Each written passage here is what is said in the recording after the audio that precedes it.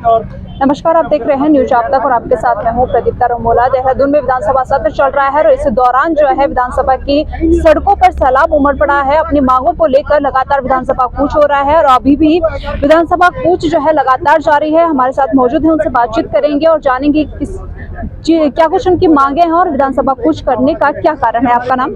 Madam, मेरा नाम Satpal Saini, field कर्मचारी महासंघ का प्रदेश अध्यक्ष हूँ। आपका सबसे पहले तो आप तक का धन्यवाद, आप आए हो, आपका स्वागत है। हमारी मांग ये है, हमारी सन 2019 में एक आदेश आया था।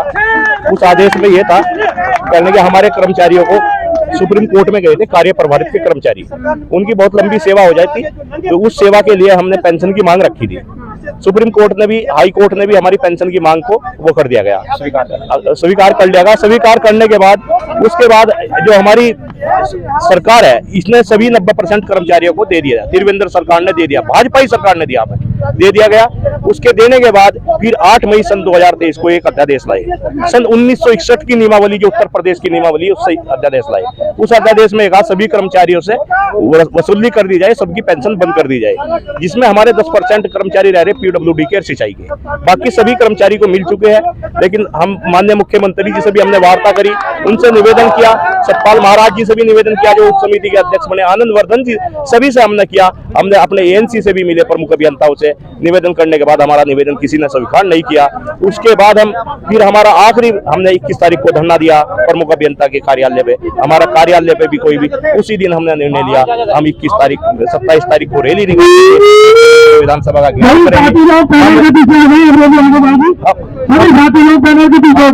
हम मंडर मिटने के लिए तैयार हैं। क्यों? जब हमारे कर्मचारी रिटायरमेंट हो गए, रिटायरमेंट होने के बाद भी उनको पेंशन नहीं मिल रही, वो भुखमरी के तरीके जा रहे, और जो रिटायरमेंट कर्मचारी हो चुके उनसे भी रिकवरी के आदेश कर दिए। कुछ कर्मचारियों को 10-12 लाख रुपए रिकवरी भी हो रही है, छोटे कर्मचारी है।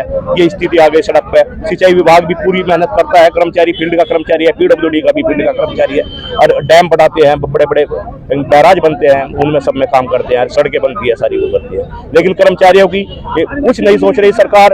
अपना जो सुप्रीम कोर्ट का आदेश आता है सरकार का, उसको तो मेज बात मार के ओके कर देते हैं कर्मचारियों के हित में। कर्मचारी कहाँ जाएगा जब सुप्रीम कोर्ट का आदेश नहीं मान रहे? कर्मचारी नहर में कूद के मरेगा, सड़कों पे फांसी लगा के मरेगा। कर्मचारियों की यही स्थिति आ गई उत्तराखंड की भाजपा सरकार के अंदर में। मैं इस मंच से निवेदन करना चाहता हूँ और अलाउन करता हूँ आपके माध्यम से, अगली जो इस सरकार ने इस रैली पर जो होश में ना आई और ना मानी हमारी, हम अद्र नंगे रैली निकालेंगे सड़कों पे, हम मर मिटने के लिए। क्यों? हम तो वैसे मर चुके हैं, हम मर चुके हैं। हम इस सरकार का बहुत निवेदन करते हैं, ये सरकार ने पहले दिया था, हमने धन्यवाद भी दिया हमने त्रिवेंद्र सिंह रावत को। हाँ, सरकार कर्मचारियों के हित में चलती है, कर्मचारियों को सुनती है, लेकिन धामी धाकड़ बोलते हैं। धामी धाकड़ ने कर्मचारियों का बिल्कुल मिट्टी पुलित कर दी गई।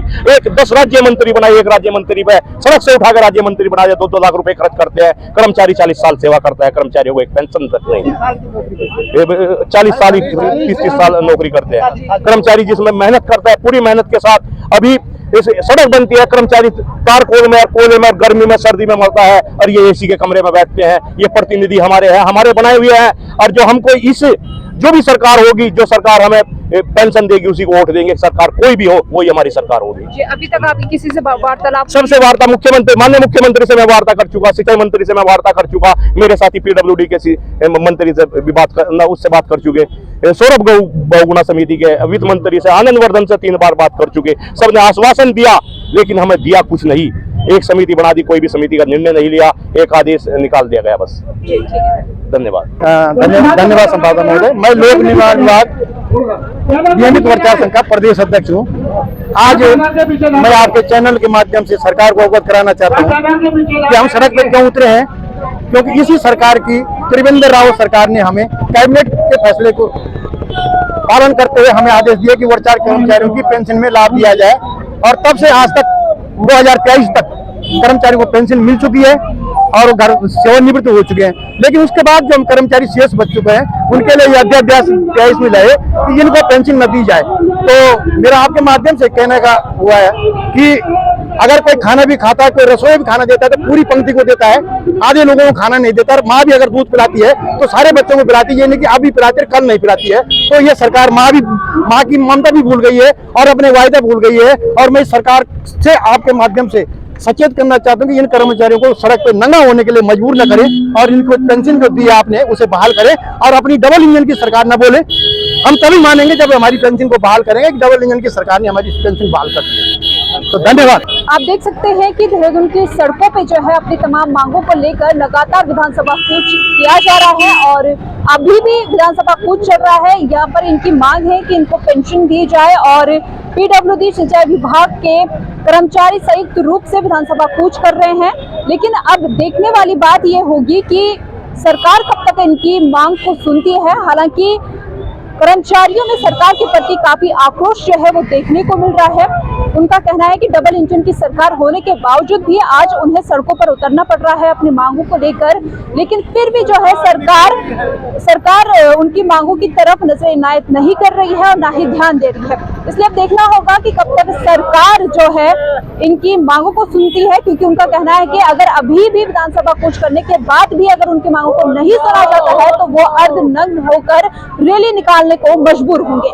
बने रहिए न्यूज आप तक के साथ। नमस्कार।